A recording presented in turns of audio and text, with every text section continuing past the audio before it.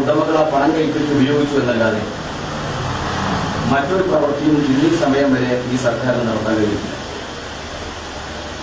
ബഹുമാനായ KT ജലീൽ ഉന്നത വിദ്യാഭ്യാസ വകുപ്പിന്റെ ചുമതലക്കാരനായി 18 മുതൽ ആ സർക്കാരിന്റെ അവസാന സമയം വരെ സർക്കാരിലുണ്ടായിരുന്ന 21 ബഹുമാനപ്പെട്ട ലോകായുക്തിയുടെ വിധി മൂലം രാജിവെക്കുന്ന സമയം വരെ വകുപ്പിലുണ്ടായിരുന്ന അദ്ദേഹം ആ കാര്യത്തിൽ ഉൾപ്പെടെ എന്തു ചെയ്തു എന്നുള്ളത് ഇവിടുത്തെ പൊതുസമൂഹത്തിന്റെ മുമ്പിൽ സർവകലാശാല വരണമെന്ന് ആഗ്രഹിച്ച വലിയ മലയാളികളുടെ മുമ്പിൽ ഒരു ചോദ്യചിഹ്നമായി നിൽക്കുക. 2021 ഫെബ്രുവരി മാസം ബഹുമാനപ്പെട്ട കേരളത്തിന്റെ മുഖ്യമന്ത്രി പിണറായി വിജയൻ ഈ സർവകലാശാലയുടെ കെട്ടിടം പണിയുന്നതിന്റെ ശിലാസ്ഥാപന കർമ്മം ഓൺലൈനായി നടത്തിയിട്ടുണ്ട്. അന്ന് ആ പദ്ധതി പ്രദേശത്തേക്ക് സമരക്കാർ, പ്രതിഷേധക്കാർ ഈ വിഷയം ഉന്നയിച്ച് വരുന്ന ഒരു പൊതുപ്രവർത്തകർ എന്നുള്ളത് ഞങ്ങളുടെ നേതൃത്വത്തിൽ മാർച്ച് നടത്തിയിട്ടുണ്ട്. അവിടെ ഏറ്റവും പ്രധാനപ്പെട്ട കാര്യം തുടക്കം മുതൽ ഞങ്ങൾ പറയുന്നത് ഈ ഭൂമി കെട്ടിടം പണിയുന്ന ആവശ്യത്തിലേക്കോ അതല്ലെങ്കിൽ സർവകലാശാലയുടെ നിർമ്മാണ പ്രവൃത്തിയുമായി ബന്ധപ്പെട്ടോ നിലനിൽക്കുന്ന നിയമ സംവിധാനം മൂലം അല്ലെങ്കിൽ നിലനിൽക്കുന്ന നിയമ സംവിധാനങ്ങൾക്ക് അതീതമായി സാധ്യമാകില്ല എന്നുള്ളതാണ്. എന്തുകൊണ്ടെന്ന് ചോദിച്ചാൽ ഈ ഭൂമിയെ റവന്യൂ രേഖകളിൽ തന്നെ പറഞ്ഞിട്ടുള്ളത് അത് വാട്ടർ ലോഡ്ജ് എന്നാണ് ഒറ്റവാക്കിൽ ആദ്യം പറഞ്ഞത്. അതായത് വെള്ളത്താൽ ചുറ്റപ്പെട്ട് കിടക്കുന്ന ഭൂമി എന്നുള്ളതാണ്. പിന്നെ തണ്ടൽക്കാടുകളുണ്ട്, തണ്ണീർത്തടങ്ങളുണ്ട്, നെൽവയലുകൾ ഉൾപ്പെടെയുള്ള ഏറ്റവും പാരിസ്ഥിതിക ദുർബലമായ പാരിസ്ഥിതിക ആഘാതം പരിവർത്തനം ചെയ്യുക വഴി ഉണ്ടാകുന്ന ഒരു പ്രദേശത്തെ ഭൂമിയാണ് ഏറ്റെടുക്കുന്നത്. ഒന്നാമതായി ഭൂമി ഏറ്റെടുക്കുമ്പോൾ ഭൂമിയുടെ സ്വഭാവത്തെക്കുറിച്ചാണ് നിങ്ങൾ സൂചിപ്പിച്ചത്. രണ്ടാമതായി ഏറ്റെടുക്കുന്ന ഭൂമിയുടെ വിലയായിരുന്നു മറ്റൊരു പ്രശ്നം. നമുക്കറിയാം, നിങ്ങൾക്ക് നേരത്തെ അറിയാം, നേരത്തെ മാധ്യമ പ്രവർത്തകരൊക്കെ ആ പ്രദേശത്തെ നിലനിൽക്കുന്ന മാർക്കറ്റ് വിലയെക്കുറിച്ച് തന്നെ പഠനം നടത്തി പല വാർത്തകളും പുറത്തുവന്നിട്ടുണ്ട്. എന്നാൽ അതിന്റെ എത്രയോ ഇരട്ടി, 5-10 ഇരട്ടി വിലക്ക് ഭൂ ഉടമകളുടെ കയ്യിൽ നിന്ന് വാങ്ങുമ്പോൾ അത് ഖജനാവിനുണ്ടാക്കുന്ന നഷ്ടം വളരെ വലുത് എന്നുള്ളതായിരുന്നു ഞങ്ങളുടെ രണ്ടാമത്തെ വാദം. ആ രണ്ട് വാദത്തിന് പ്രസക്തമാണെന്ന് തോന്നിക്കുന്ന സ്ഥിതിവിശേഷത്തിലാണ് ഭൂമി ഏറ്റെടുത്ത് ഏകദേശം 6 വർഷം പിന്നിട്ട് കഴിഞ്ഞു, 7 വർഷം പിന്നിട്ട് കഴിഞ്ഞിട്ടുണ്ട്. അല്ലെങ്കിൽ ശിലാസ്ഥാപന കർമ്മം നിർവഹിച്ച് ഏകദേശം 5 വർഷം പൂർത്തിയാക്കാൻ കഴിയുന്ന സമയത്തും ഇപ്പോഴും സർവകലാശാല മറ്റൊരു ഭൂമി അന്വേഷിച്ച് ഉന്നത വിദ്യാഭ്യാസ വകുപ്പ് നടക്കുന്നു എന്നുള്ളതാണ് ഞാൻ നിങ്ങളിലേക്ക് സർക്കുലേറ്റ് ചെയ്തിരിക്കുന്ന രേഖകൾ പ്രകാരം ബോധ്യമാണ്. അതുകൊണ്ട് ഇന്നലെ ബഹുമാനായ KT ജലീൽ വാർത്താ സമ്മേളനത്തിൽ പറഞ്ഞത് കെട്ടിട നിർമ്മാണത്തിന് അതിൽ യാതൊരു തടസ്സവുമില്ല, ഹരിത ട്രിബ്യൂണൽ അതിന് അനുമതി തന്നിരിക്കുന്നു എന്നതാണ്. ഞാൻ നിങ്ങൾക്ക് അയച്ചു തന്ന PDF-ൽ ബഹുമാനപ്പെട്ട ഗ്രീൻ ട്രിബ്യൂണലിന്റെ ചെന്നൈ സോണിന്റെ ഒരു ജഡ്ജ്മെന്റ് ഞാൻ വാട്സപ്പിലാണ്. അതിന്റെ അവസാന പേജ് 27-ാമത്തെ പേജിൽ ആ ജഡ്ജ്മെന്റ് ആ OP നമ്പർ 24/2010 OA നമ്പർ 24/2019 അവസാനിപ്പിക്കുമ്പോൾ പറയുന്നത് ഇങ്ങനെയാണ്: So the application is disposed as follows. The application is premature on the basis of the reply statement as well as the report submitted by the expert committee. അതായത് ഹരിത tribunal മുമ്പാകെ ഈ വാദം വന്ന സമയത്ത് ഹരിത tribunal expert കമ്മിറ്റിയെ ഇതിനെക്കുറിച്ച് പഠിക്കാൻ ബയോഡൈവേഴ്സിറ്റിയുടെ zonal അല്ലെങ്കിൽ കേരള ചീഫ് ചെയർമാനായി വിവിധ കമ്മിറ്റികളെ വെറ്റ്ലാൻഡ്, സിയാർസെറ്റ്, മാംഗ്രോവ്സ് ഉൾപ്പെടുന്ന എല്ലാ, പിന്നെ ഫോറസ്റ്റ് ഡൈവേഴ്സിറ്റി കമ്മിറ്റി ഉൾപ്പെടുന്ന എല്ലാവരുടെയും ഒരു സമിതിയെ, എക്സ്പെർട്ട് കമ്മിറ്റിയെ ചുമതലപ്പെടുത്തിയിരുന്നു. ആ ചുമതലപ്പെടുത്തിയ കമ്മിറ്റിയുടെ റിപ്പോർട്ടിന്റെ ബേസിസിൽ ഇതിന്റെ നടപടിക്രമങ്ങൾ ഈ കേസ് ഞങ്ങൾ അവസാനിപ്പിക്കുകയാണ്. ഇങ്ങനെയാണ് ആ ജഡ്ജ്മെന്റ് പറയുന്നത്. ഒന്നാമത്തെ കാര്യം. ഒന്നാമത്തെ പ്രധാനപ്പെട്ട point, as the regard acquisition proceedings are concerned, the matter is already pending before the Honorable High Court, and it is for High Court to consider the question as to whether acquisition is proper and pass appropriate order in the matter now. അതായത് ഭൂമി ഏറ്റെടുക്കലുമായി ബന്ധപ്പെട്ട നടപടിക്രമങ്ങൾ ബഹുമാനപ്പെട്ട ഹൈക്കോടതിയുടെ മുമ്പാകെ നിൽക്കുകയാണ്. അതുകൊണ്ട് appropriate ആയ ഓർഡർ ഹൈക്കോടതിയിൽ പ്രസ്താവിക്കും. അതുകൊണ്ട് ആ കാര്യത്തിൽ ഞങ്ങളുടെ വിധി പറയുന്നില്ല, മറിച്ച് in the view of the undertaking given by the Land Council appearing for the 7th respondent, അതായത് 7ാം എതിർകക്ഷിയായ മലയാള സർവകലാശാല ഇവിടെ നൽകിയിരിക്കുന്ന അണ്ടർടേക്കിംഗ് സത്യവാങ്മൂലം അടിസ്ഥാനത്തിൽ university proposed to establish the university campus in the dispute area that will be proceed with the construction in the properly only after obtaining necessary clearance and permission from the authorities as required under the environmental laws and forest law, we feel that no further order are requested except recording that undertaking and guilty liberty for applicant to come later. അതായത് സർവകലാശാലയ്ക്ക് വേണ്ടി 7ാം എതിർകക്ഷിയായ സർവകലാശാല ബഹുമാനപ്പെട്ട green tribunal നൽകിയ സത്യവാങ്മൂലത്തെ വിശ്വസിച്ചുകൊണ്ട് നിർബന്ധമായും അവിടെ നിർമ്മാണ പ്രവൃത്തി നടക്കുകയാണെങ്കിൽ, അതായത് പാരിസ്ഥിതിക വിഭാഗങ്ങളുമായി ബന്ധപ്പെട്ട് അല്ലെങ്കിൽ വനം വകുപ്പുമായി ബന്ധപ്പെട്ട് ഉൾപ്പെടെയുള്ള, അതായത് പാരിസ്ഥിതിക എൻവിറോൺമെന്റ് ലോ പ്രകാരം എന്ന് പറഞ്ഞാൽ CRZ പെടും, NDZ പെടും, മാംഗ്രോവ്സ് ഉൾപ്പെടെയുള്ള കണ്ടൽക്കാട് പെടും, അത് ഉൾപ്പെടെ പെടും. അതുപോലെ തന്നെ ഫോറസ്റ്റ് ലോ, അതായത് ഫോറസ്റ്റ് ലോ വന വകുപ്പുമായി ബന്ധപ്പെട്ട എന്തെല്ലാം നിബന്ധനകൾക്ക് വിധേയമായ ഭൂമിയാണ് അവിടെയുള്ളതെങ്കിൽ അതിന്റെ ഉൾപ്പെടെയുള്ള കൺസേൺ ലഭിച്ചതിന് ശേഷം മാത്രമേ ഞങ്ങൾ നിർമ്മാണ പ്രവൃത്തി തുടങ്ങൂ എന്നാണ് ബഹുമാനപ്പെട്ട മലയാളം സർവകലാശാല ഗ്രീൻ ട്രിബ്യൂണൽ നൽകിയ അണ്ടർടേക്കിംഗിൽ ഡിക്ലറേഷനിൽ പറഞ്ഞത്. അത് പ്രകാരം അതല്ലാത്ത സ്ഥിതിവിശേഷം അടവുണ്ടെങ്കിൽ വീണ്ടും ഗ്രീൻ ട്രിബ്യൂണലിനെ അഭ്യർത്ഥിക്കാം എന്ന് പറഞ്ഞിട്ടാണ് ഈ വിധി, ഈ OA ബഹുമാനപ്പെട്ട കോടതിയെ അവസാനിച്ചത്, ഡിസ്പോസ് ചെയ്തത്. എന്നാൽ സർവകലാശാലയുടെ മന്ത്രിയായിരുന്ന അദ്ദേഹം പറയുന്നത് ഇതിന്റെ എല്ലാ അനുമതിയും നിർമ്മാണം നടത്താനുള്ള അനുമതി ലഭിച്ചിട്ടുണ്ട് എന്നതാണ്. ഇതിന്റെ ചോദ്യം പ്രസക്തമാണ്. അങ്ങനെയെങ്കിൽ എന്തുകൊണ്ടാണ് 2021 ഫെബ്രുവരി മാസം മുഖ്യമന്ത്രി തറക്കല്ലിട്ട ഏകദേശം 17ഓളം കോടി രൂപ സർക്കാർ ഖജനാവിൽ നിന്ന് നൽകിയ, സർക്കാർ ഏറ്റെടുത്ത 11 ഏക്കർ നിർമ്മാണ ഭൂമി ഉണ്ടായിരിക്കെ 5 വർഷമായിട്ടും അതിനുവേണ്ടി കെട്ടിട നിർമ്മാണത്തിന് വേണ്ടിയുള്ള പണം സർക്കാർ 2 ബഡ്ജറ്റുകളിലായി അനുവദിച്ചിരുന്നു മന്ത്രി തന്നെ പ്രഖ്യാപിച്ചിരിക്കുക ഒരു നിർമ്മാണ പ്രവൃത്തിയും ഒരു പൊട്ട കോൺക്രീറ്റ് പോലും ആ ഭൂമിയിൽ ഇടാൻ സർക്കാരിന് സാധ്യമാകുന്ന. അങ്ങനെ സാധ്യമായൊരു ഭൂമി ഉണ്ടായിരിക്കെ ഒരു കാരണവശാലും ഞാൻ നിങ്ങളിലേക്ക് സർക്കുലേറ്റ് ചെയ്യപ്പെട്ട ഒരു കത്തിലെ ഒരു ഗവൺമെന്റിന്റെ ഉന്നത വിദ്യാഭ്യാസ വകുപ്പിന്റെ ഒരു കത്തുണ്ട്.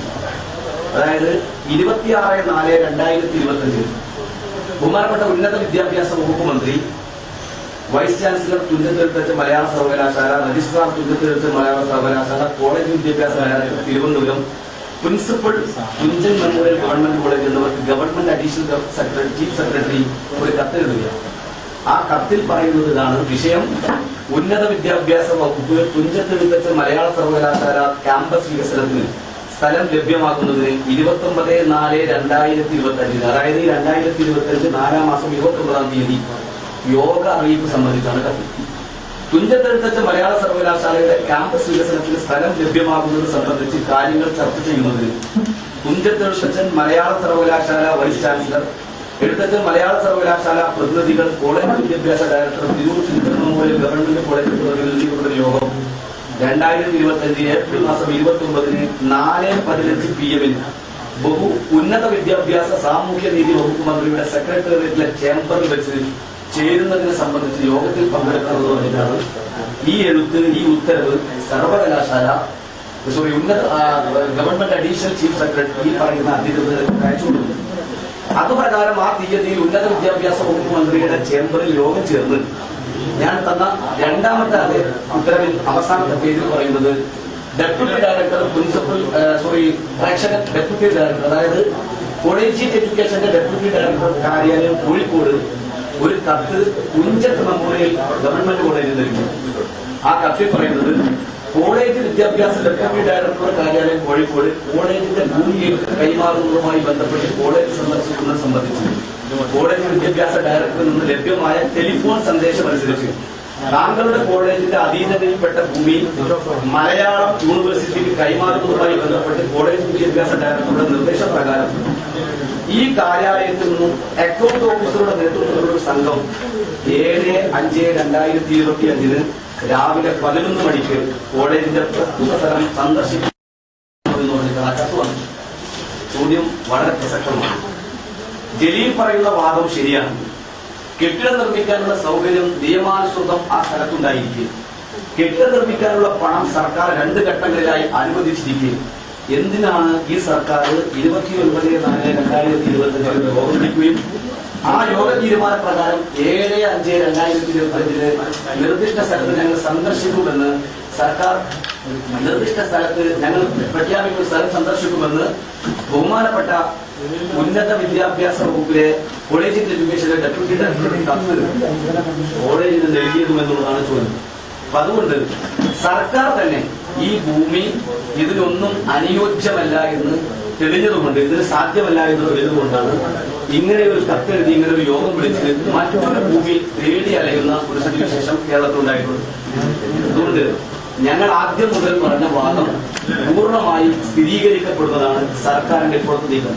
പിന്നീട് 7/5/2020 ആ പദ്ധതി പ്രദേശം ആ സ്ഥലം സന്ദർശിക്കുന്ന നടപടി കത്ത് മുഖാന്തരമല്ല, അധികൃതരെ ഫോൺ മുഖാന്തരം അറിയിച്ചു പറഞ്ഞത് ആ സ്ഥലത്ത് സന്ദർശിക്കുന്നില്ല, പിന്നൊരു ദിവസം അറിയിക്കാനുണ്ട്. ഇതുകൊണ്ട് സംഭവിച്ചു എന്ന് ചോദിച്ചാൽ തിരൂരിലെ പൊതുജനങ്ങളുടെ, ജനപ്രതിനിധികളുടെ, മാധ്യമ പ്രവർത്തകരുടെ എല്ലാം ജാഗ്രതയോടുകൂടിയുള്ള ഇടപെടൽ ഉണ്ടാവുകയും പ്രതിഷേധം ഉയരുകയും ചെയ്ത സാഹചര്യത്തിലാണ് ആ സന്ദർശനം വേണ്ടെന്ന്, അല്ലെങ്കിൽ സന്ദർശനം ഉണ്ടാവില്ല എന്നൊരു അറിയിപ്പ് ഈ പറയുന്ന കത്തെഴുതിയ ഡെപ്യൂട്ടി ഡയറക്ടർ ഓഫീസിൽ തോന്നിയിട്ടുണ്ട്. അതുകൊണ്ട് ഈ കാര്യത്തിൽ പൂർണ്ണാർത്ഥത്തിൽ സർക്കാർ ഏറ്റെടുത്ത കോടിക്കണക്കിന് രൂപ ചെലവഴിച്ച് ഏറ്റെടുക്കപ്പെട്ട ഭൂമി പൂർണ്ണമായും ഇതിന് സാധ്യമല്ല, യോഗ്യമല്ല, യോജ്യമല്ല എന്നുള്ളതാണ് തെളിഞ്ഞിരിക്കുന്നത്.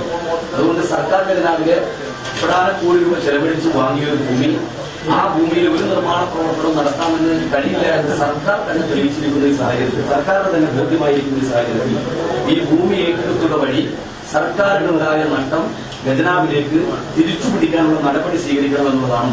ഈ കാര്യത്തിൽ സർക്കാർ ഉന്നത വിദ്യാഭ്യാസ വകുപ്പ് കൈകാര്യം ചെയ്യുന്ന മന്ത്രിയുടെ താല്പര്യം ഭൂ ഉടമകളുടെ സാമ്പത്തിക താല്പര്യം സംരക്ഷിക്കുക എന്നുള്ളതും ഭൂ ഉടമകളായ CPM നേതാക്കന്മാരുടെ കയ്യിൽ നിന്ന് ഭൂമി വാങ്ങുക എന്നുള്ളതായിരുന്നു. അല്ലാതെ മലയാള സർവകലാശാലയുടെ വികസന കാര്യത്തിൽ ഒരു താല്പര്യവും സർക്കാരിനുണ്ടായിരുന്നില്ല എന്നുള്ളത് ബുദ്ധിമുട്ടാണ്. ഇതിൽ പ്രധാനപ്പെട്ട ഒരു കാര്യം പറയുന്നത് UDF-ന്റെ കാലത്താണ് ഭൂമി ഏറ്റെടുത്തത്. അന്ന് 1,70,70,000 ആയിരുന്നു ഭൂമി. അത് 1,60,000 കുറയ്ക്കുകയാണ് അടുത്ത വർഷം സർക്കാർ ചെയ്തത്. ഒപ്പം തന്നെ അവർ രേഖ കൂടി, അന്ന് ഭൂമി ഏറ്റെടുത്ത സാക്ഷാത്രം കൂടി ഇപ്പോൾ 20 മിനിറ്റ് ഫേസ്ബുക്കിൽ പുറത്തു. ഞാനിന്റെ ആ കാര്യത്തിലൊരു സ്ഥിരീകരണം ഉണ്ടായിരുന്നു. 16/6/2017 ഒരു ജില്ലാ കളക്ടറുടെ നടപടിക്രമത്തിന്റെ പ്രൊസീഡിങ്സ് ഞാൻ നിങ്ങൾക്ക് വാട്സപ്പിൽ കൃത്യമായി അതിൽ തന്നെ സർക്കാർ പറയുന്നത് BC-യുടെ 3/12/2014 തീയതിയിലെ ആ കത്തങ്ങനെ വായിച്ചു പോകാം. അതിന് വളരെ വ്യക്തമാണ്, അങ്ങനെ കയ്യിലൊക്കെ എല്ലാ ഭാഗവും വായിക്കുന്നില്ല. 17/2/2014 തീയതി കൊടുക്കണം. അതായത് 2016 ഫെബ്രുവരി മാസം 17-ാം തീയതി ജില്ലാതല വില നിർണ്ണയ സമിതി യോഗം ചേരുകയും ഭൂമി സെന്റ് ഒന്നിന് 1,70,70,000 രൂപ വില നിശ്ചയിച്ച് SLEC അംഗീകാരത്തിനായി സർക്കാരിലേക്ക് 23/6/2016 തീയതിയിലെ LA നമ്പർ കത്ത് പ്രകാരം സമർപ്പിച്ചിരുന്നു. യോഗം ചേർന്നത് ഫെബ്രുവരി മാസം 17-ാം തീയതിയാണ്. കത്ത് സമർപ്പിക്കുന്നത് 6-ാം മാസം ജൂൺ മാസം 2016-ലാണ്, 23-ാം തീയതിയാണ്. അതായത് ഉമ്മൻചാണ്ടി സർക്കാർ കേരളത്തിലിരിക്കുമ്പോഴാണ് യോഗം ചേരുന്നത്. അവിടെ നിന്ന് 12 ദിവസം കഴിഞ്ഞപ്പോൾ തെരഞ്ഞെടുപ്പ് പെരുമാറ്റച്ചട്ടം നിലവിൽ വരികയും മാർച്ച് 1-ാം തീയതി തെരഞ്ഞെടുപ്പിന്റെ പെരുമാറ്റച്ചട്ടത്തിലേക്ക് കേരളം പോവുകയും പിന്നീട് അവിടെ നിന്ന് 23/6 ജൂൺ മാസത്തിലാണ് ഇതിന്റെ നടപടിക്ക് വേണ്ടി ഈ കത്ത് തന്നെ SLEC കമ്മിറ്റിക്ക് കലക്ടർ സമർപ്പിക്കുന്നു. ജില്ലയിലെ വില നിർണ്ണയ സമിതി നിശ്ചയിച്ച വിലയേക്കാൾ കുറഞ്ഞ വിലക്ക് ഭൂമി വിട്ടു നൽകാൻ തയ്യാറാണെന്ന് കാണിച്ചുകൊണ്ട് തിരൂർ ബെഞ്ചുമാർക്ക് എഡ്യൂക്കേഷൻ ട്രസ്റ്റ് സർക്കാരിലേക്ക് 17/6/2016 അപേക്ഷ നൽകുകയും ഈ അപേക്ഷ 25/7/2016 തീയതിയിലെ 21/245 റവന്യൂ നവംബർ കത്ത് ഗവൺമെന്റ് കത്ത് പ്രകാരം റിപ്പോർട്ടിനായി അയക്കുകയും ചെയ്തിരുന്നു. അതായത് സർക്കാർ അന്നത്തെ കലക്ടർ ചെയ്തിരുന്നു. ഈ ആവശ്യത്തിലേക്ക് ഭൂമി കണ്ടെത്തിയ ഭൂമികളൊന്നും അനുയോജ്യമല്ല എന്നും ഏറ്റെടുക്കാൻ ഉദ്ദേശിച്ച ആദവനാട്ട ഭൂമിയിൽ പ്രദേശവാസികൾക്ക് പ്രതിഷേധമുണ്ട് എന്നും അന്നത്തെ സർക്കാരിന് ബോധ്യപ്പെട്ടപ്പോൾ ഭൂമി ഏറ്റെടുക്കൽ നടപടി അതോടുകൂടി അവസാനിപ്പിച്ചതാണ്.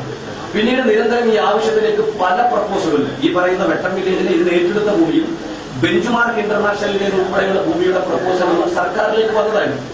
ആ കലക്ടറേറ്റിൽ വന്നതായിരുന്നു, ജില്ലാ വില നിർണ്ണയ കമ്മിറ്റി മുമ്പാകെ വന്നതായിരുന്നു. ആ കമ്മിറ്റിയുടെ പ്രപ്പോസൽ മാത്രമാണ് ഈ സർക്കാർ നിലവിൽ വന്നതിന് ശേഷമാണ് സർക്കാരിലേക്ക് അയക്കുന്നത്.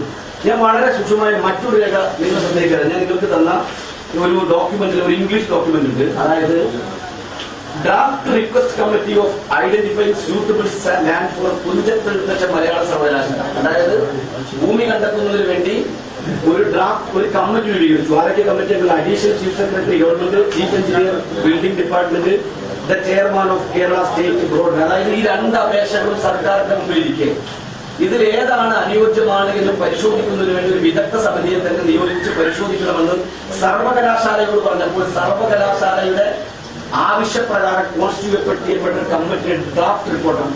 ആ റിപ്പോർട്ട് പ്രകാരം ഈ വിദഗ്ധർ ഈ ഭൂമി സന്ദർശിക്കുന്ന ദിവസം ഏതാണ് നോക്കൂ. On the day of the visit of committee 23/2/2018, അതായത് 2018 ഫെബ്രുവരി മാസം 23-ാം തീയതിയാണ് വിസിറ്റ് ചെയ്യുന്നത്. വിസിറ്റ് ചെയ്തിട്ട് വിശദമായി പറഞ്ഞിട്ട് 2 സൈറ്റുകളെ കുറിച്ചും ഈ കമ്മിറ്റി, ഈ എക്സ്പെർട്ട് കമ്മിറ്റി ഒരു റിപ്പോർട്ട് സർക്കാരിലേക്ക് നൽകുന്നുണ്ട്. ആ റിപ്പോർട്ടിൽ കൃത്യമായി പറയുന്നുണ്ട് ഏത് ഭൂമി ഏറ്റെടുക്കുന്നതാണ് നല്ലത് എന്നുള്ളതിനെ കുറിച്ച്. അതായത് ഇതിലെ സൈറ്റ് 2 എന്ന് പറയുന്നത് ബെഞ്ച്മാർക്ക് ഇന്റർനാഷണലിന്റെ 1,20,000 രൂപക്ക് തരാമെന്ന് പറയുന്ന ഭൂമിയെ കുറിച്ചാണ്. സൈറ്റ് 1 എന്ന് പറയുന്നത് ഈ തുഞ്ചൻ മലയാള സർവകലാശാലയ്ക്ക് ഇപ്പോൾ ഏറ്റെടുത്തിരിക്കുന്ന വെട്ടത്തെ ഭൂമിയെ കുറിച്ചാണ്. ഞാൻ വിശദമായതിനെ കുറിച്ച് പറയുന്നില്ല, നിങ്ങൾക്ക് വായിച്ചു നോക്കിയാൽ മനസ്സിലാക്കാൻ കഴിയും. ഒന്നാമത്തെ ഭൂമിക്ക്, അതായത് ഇന്ന് ഏറ്റെടുക്കപ്പെട്ട ഭൂമിക്കുള്ള ഗുണഗണങ്ങളും 2ാമത്തെ ഭൂമി ഏറ്റെടുത്താൽ ഉണ്ടാകുന്ന ബുദ്ധിമുട്ടുകളുമാണ് ഇതിൽ പറഞ്ഞത്. അതായത് 2ാമത്തെ ഭൂമി ഏറ്റെടുത്താൽ ഉണ്ടാകുന്ന ഏറ്റവും പ്രധാനപ്പെട്ട പ്രശ്നം കിലോമീറ്ററുകളോളം നടന്നു പോകണം, ബസ് സൗകര്യം പോലുമില്ല. അതുകൊണ്ട് അത് ഏറ്റെടുക്കുന്നതിനേക്കാൾ ഗുണകരമായ കാര്യം 1ാമത്തെ ഭൂമിയായ ഈ പറയുന്ന വെട്ടം വില്ലേജിലെ ഭൂമി ഏറ്റെടുക്കുന്നതിനെ കുറിച്ചാണ്. ഈ ഡ്രാഫ്റ്റ് കമ്മിറ്റി റിപ്പോർട്ട് വിസിറ്റ് നടത്തിയത് ഈ സർക്കാരിന്റെ കാലത്താണ്, UDF സർക്കാരിന്റെ കാലത്താണ്. ഈ കമ്മിറ്റി റിപ്പോർട്ട് പരിശോധിക്കാൻ പദ്ധതി പ്രദേശത്ത് വന്നത് 23/2/2017. അന്ന് ആരാണ് കേരളത്തിലെ ഉന്നത വിദ്യാഭ്യാസ വകുപ്പ് മന്ത്രി? അബ്ദുൾ റബ്ബാണോ അന്നത്തെ ഉന്നത വിദ്യാഭ്യാസ വകുപ്പ് മന്ത്രി? ആ റിപ്പോർട്ടിന്റെ ബേസിലാണ് 1ാം ഘട്ട ഭൂമി, അതായത് ആദ്യം പറയുന്ന വെട്ടം വില്ലേജിലെ ഭൂമി ഏറ്റെടുക്കാമെന്നുള്ള തീരുമാനത്തിലേക്ക് പോവുകയും ഈ ഭൂമി ഏറ്റെടുക്കുകയും ചെയ്ത സുവിശേഷം ഉണ്ടായിരുന്നു. ഇനി അതിലേറെ വിചിത്രമായ കാര്യങ്ങൾ എല്ലാവർക്കും ഞാൻ തന്നെ സർക്കുലേറ്റ് ചെയ്യപ്പെട്ട ജില്ലാ കളക്ടറുടെ വില നിർണ്ണയ നെഗോഷ്യബിൾ കമ്മിറ്റിയുടെ ഒരു ഡ്രാഫ്റ്റ് കോപ്പിയുണ്ട്. പങ്കെടുത്തവർ ആരൊക്കെയാണെന്നതിനെ കുറിച്ചൊക്കെ പറയുന്നുണ്ട്. പങ്കെടുത്തവരുടെ കൂട്ടത്തിൽ ഭൂവുടമകളുണ്ട്, ഉദ്യോഗസ്ഥരുണ്ട്, എല്ലാവരും പറയുന്നുണ്ട്.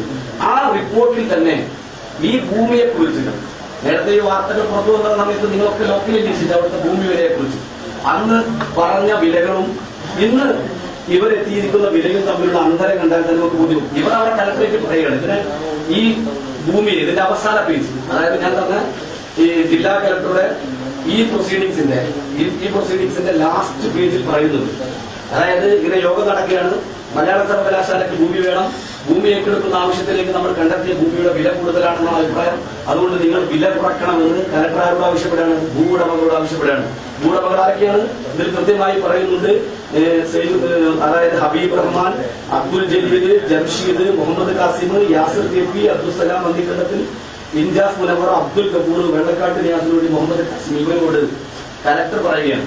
അപ്പൊ ഇവരോട് ചോദിക്കുക നിങ്ങളുടെ ഈ ഭൂമിയുടെ വിലയെ കുറിച്ചും. അപ്പൊ ഇവർ തന്നെ ഈ യോഗത്തിൽ പറയുന്നത് മിനിറ്റ്സ് രേഖകളാണ്. 1,50,000 ഭൂമിക്ക് സെന്റൊന്നിന് ഒരുമിച്ച് വില പറയാൻ ജില്ലാ കളക്ടർ ആവശ്യപ്പെടുകയും സെന്റൊന്നിന് 1,50,000 രൂപയ്ക്ക് ഭൂമി നൽകാമെന്ന് ജില്ലാ കളക്ടർ ആവശ്യപ്പെട്ടു, നൽകുമെന്നും ജില്ലാ കളക്ടർ ആവശ്യപ്പെട്ടു. എന്നാൽ 2,000 രൂപ കുറക്കാമെന്ന് ഭൂവുടമകൾ പറഞ്ഞു. തുടർന്ന് 1,55,000 രൂപക്ക് നൽകണമെന്ന് ജില്ലാ കളക്ടർ ആവശ്യപ്പെട്ടു. റോഡ് ഫ്രണ്ടേജ് ഉള്ള ഒരു ഭൂമിക്ക് സെന്റൊന്നിന് 5 ലക്ഷം രൂപ. ഇപ്പൊ വാങ്ങാൻ പോകുന്ന പച്ചാക്കരയിലെ നിങ്ങൾ സന്ദർശിച്ച നിങ്ങൾ കണ്ട ഈ ഭൂമിക്ക് സെന്റൊന്നിന് 5 ലക്ഷം രൂപ നിലവിൽ മാർക്കറ്റ് വിലയുണ്ട്. ഭൂവുടമകൾ പറയാം, പ്രസ്തുത ഭൂമിയിൽ ഒരു പ്രൊജക്ട് ആരംഭിക്കുന്നതിന് ഉള്ളതായിരുന്നുവെന്നും ഞങ്ങളുടെ നാട്ടിൽ മലയാള സർവകലാശാല പോലെ ഒരു സ്ഥാപനം വരുന്നത് ഞങ്ങൾക്ക് സന്തോഷമുള്ളതിനാലാണ് ഭൂമി വിട്ടു നൽകാൻ തയ്യാറാകുന്നത് എന്നും ആയതിനാൽ സെന്ററിന് പരമാവധി 3,000 രൂപ കുറച്ചു തരാമെന്നും അതിൽ കൂടുതലൊന്നും കുറക്കാൻ കിട്ടില്ല എന്നും ഭൂവുടമകൾ പറയാം. അതായത് 1,70,000 നിന്ന് 3,000 രൂപ കുറക്കാമെന്ന് പറയണം. 1,55,000 തരണമെന്ന് കലക്ടർ അവരോട് നെഗോഷിയേറ്റ് ചെയ്യണം. അത് കഴിഞ്ഞിട്ട് ഭൂവുടമകൾ അറിയിച്ചു. കൂടാതെ ഈ ഭൂമി സർവകലാശാലയ്ക്ക് വേണ്ടി ശുപാർശ ചെയ്യുന്നതിനാൽ 3 വർഷത്തിലധികമായി ഈ ഭൂമി യാതൊരു ആവശ്യത്തിനും ഞങ്ങൾക്ക് ഉപയോഗിക്കാൻ കഴിയാതെ വന്നിരിക്കുന്നു. ആ കാരണങ്ങൾ കൊണ്ട് ഞങ്ങൾക്ക് ഭീമമായ നഷ്ടമുണ്ട് എന്നത് ഭൂവുടമകൾ അറിയിച്ചു. ഭൂവുടമകളുടെ ഏറെ നേരത്തെ കൂടിയാലോചനയ്ക്കൊടുവിൽ അവസാനം വിലയായ 1,60,000 രൂപക്ക് വിട്ടു നൽകാൻ തീരുമാനിക്കുന്നു. അപ്പൊ അതായത് ഇവർ ഏറ്റെടുത്ത ഭൂമി ഇവർ വാങ്ങിയ വില എന്ന് പറയുന്നത്, അല്ലെങ്കിൽ അവിടുത്തെ ഇവർ വാങ്ങുമ്പോൾ നൽകുന്ന വില എന്ന് പറയുന്നത് അതായത് 5 ലക്ഷം രൂപയായിരുന്നു എന്നാണ്.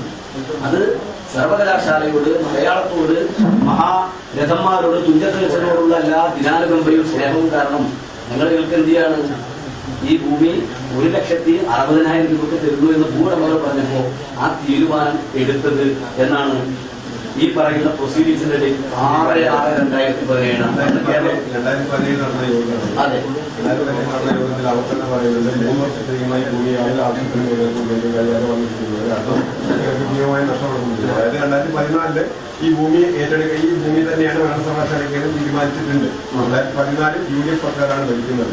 UDF സർക്കാരിന്റെ ഭരണകാലത്ത് തന്നെ ഈ ഭൂമി ഏറ്റെടുക്കുന്നതിനുള്ള ധാരണയായതിന്റെ അന്ന് ഇതിന്റെ ഭൂമുടമകൾ ഇവർ തന്നെയാണ്. ഇല്ല, എങ്ങനെയാണ് ഞാൻ പറഞ്ഞതാണ്, ഞാൻ ആദ്യത്തെ പ്രൊസീഡിങ്സ് പറഞ്ഞത് ഒരു തരത്തിലുള്ള നടപടിയും ഭൂമി ഏറ്റെടുക്കുന്ന കാര്യത്തിൽ ഗവൺമെന്റ് സർക്കാർ ഒരു പൊളിറ്റിക്കൽ ഡിസിഷൻ എടുത്തിട്ടില്ല. ഇതുൾപ്പെടെയുള്ള ഭൂമികളെ സർക്കാരിലേക്ക് ശുപാർശ ചെയ്യണം. അത് ശുപാർശ ചെയ്തിട്ടുള്ളൂ. ഈ ഭൂമി ഏറ്റെടുക്കാൻ വേണ്ടി സർക്കാർ തീരുമാനിച്ചതിന് ശേഷമാണ് ഇവരുടെ നെഗോഷിയേറ്റ് ചെയ്യുന്നത്. ബെഞ്ചുമാർക്കിന്റെ നെഗോസിയേഷനും സർക്കാർ നടത്തിയിട്ടില്ല, ജില്ലാ വിലനിർണ്ണയ സമിതി നടത്തിയിട്ടില്ല.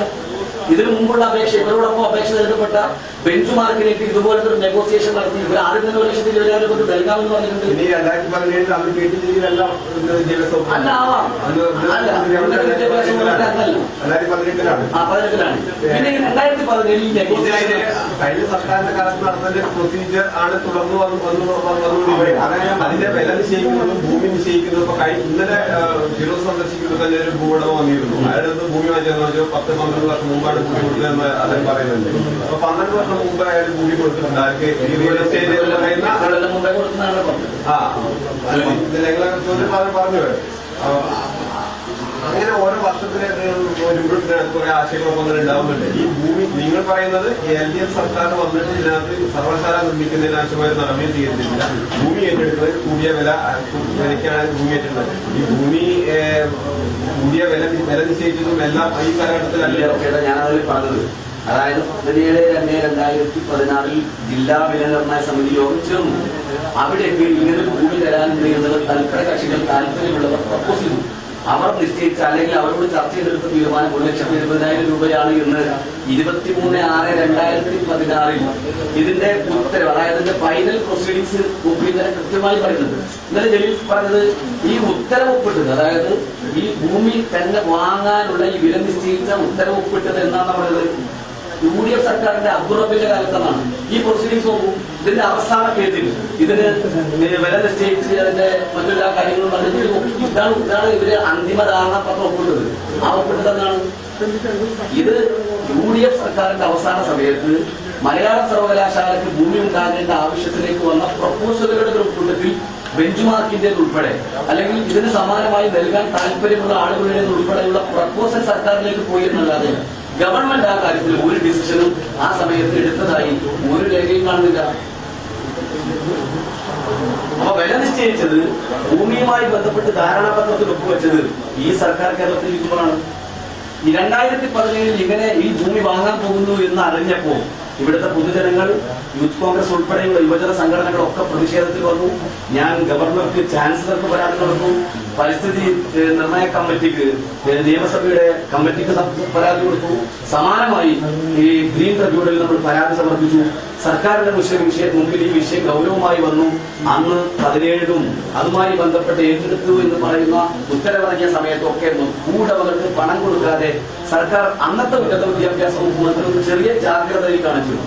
പിന്നീട് കൊച്ചിന്റെ വേഗതയിൽ ഇത് അല്ലെങ്കിൽ ഇതിലൊരു പ്രശ്നമുണ്ടെന്ന് മനസ്സിലാക്കി ജാഗ്രത കാണിച്ച ആ കാര്യം റോക്കറ്റ് വേഗതയിൽ ഭൂമി ഏറ്റെടുക്കുന്നവർക്ക് പോകുന്നത് എപ്പോഴാണ്? 2018 ശേഷമാണ്. ഇവർക്ക് പേയ്മെന്റ് കൊടുക്കുന്നത് എപ്പോഴാണ്? ഇവർക്ക് പേയ്മെന്റ് നൽകുന്നത് ഈ ഗവൺമെന്റിന്റെ ഉന്നത വിദ്യാഭ്യാസ വകുപ്പ് കൈകാര്യം ചെയ്യുന്ന ഈ മന്ത്രിയുടെ സമയത്താണ്. അപ്പൊ ഈ കാര്യത്തിൽ വളരെ വ്യക്തമായ ഒരു രേഖയിലും UDF സർക്കാരിന്റെ സമയത്ത് ഇതുമായി ബന്ധപ്പെട്ട ഒരു അന്തിമമായ വിലനിർണ്ണയവും ഗവൺമെന്റ് എന്നുള്ള നിലയ്ക്ക് സർക്കാർ എടുത്തിട്ടില്ല. പക്ഷെ സർക്കാരിലേക്ക് ഭൂമി നൽകാൻ ആഗ്രഹിക്കുന്നവരുടെ പ്രപ്പോസ് ചെയ്തു എന്നല്ലാതെ മറ്റൊന്നും ഉണ്ടായില്ല. ഞാൻ തന്ന രണ്ടാമത്തെ ഈ ഡ്രാഫ്റ്റ് കോപ്പി തന്നെ വളരെ വ്യക്തമാണ്. അതായത് ഈ പദ്ധതി പ്രദേശത്ത് സന്ദർശിക്കുന്നത് 23/2/2018 ഈ ഡ്രാഫ്റ്റ് ഇവിടെ എക്സ്പെർട്ട് കമ്മിറ്റി സന്ദർശിക്കാൻ തന്നെ കാരണം എന്റേതുൾപ്പെടെയുള്ള പരാതികളുടെ പുറത്താണ് ഈ സ്ഥലമൊന്ന് സന്ദർശിക്കണമെന്ന് സർക്കാർ തന്നെ തീരുമാനിച്ചതുമായി ബന്ധപ്പെട്ട നടപടി പോകുന്നത്. അവരും റെക്കമെൻഡ് ചെയ്തത് ബെഞ്ചുമാർക്കിന്റെ ഭൂമി ഏറ്റെടുത്താൽ ഗുണകരമല്ല, അതിനേക്കാൾ നല്ലത് ഇന്ന് വാങ്ങിയ വെട്ടം വില്ലേജിലെ പെരിയാപുരത്തുള്ള ഭൂമിയാണ് അനുയോജ്യമെന്നുള്ളതിനെ കുറിച്ചാണ്. ഈ ഭൂമി നിർദ്ദേശിച്ച് അന്നത്തെ തിരൂർ MLA ഒരിക്കലും ആ ഭൂമി നിർണയവുമായി ബന്ധപ്പെട്ട് MLA ഒരു പങ്കാളിത്തം ഭൂമി നിർണ്ണയിക്കാൻ വേണ്ടി ചുമതലപ്പെടുത്തിയ സർവകലാശാലയാണ്. ഭൂമി ആ അർഹതയുള്ളവർ അളക്കലക്കാർ നിർദ്ദേശം നൽകേണ്ടത് കലക്ടറേറ്റിലാണ്. അത് കലക്ടറിന്റെ ഒരു നടപടിക്രമമായിട്ടാണ് പോയിട്ടുള്ളത്. ഇനിയിപ്പോ ഞാൻ പറയാം, ഇപ്പൊ ഇവിടെ ഇന്നലെ കെട്ടിച്ചെല്ലി വാർത്താ സമ്മേളനത്തിൽ പറഞ്ഞു കലക്ടർക്ക് എടുക്കുന്ന തീരുമാനത്തിൽ എന്ത് മന്ത്രിക്ക് പങ്ക് എല്ലാവരും പറഞ്ഞത്.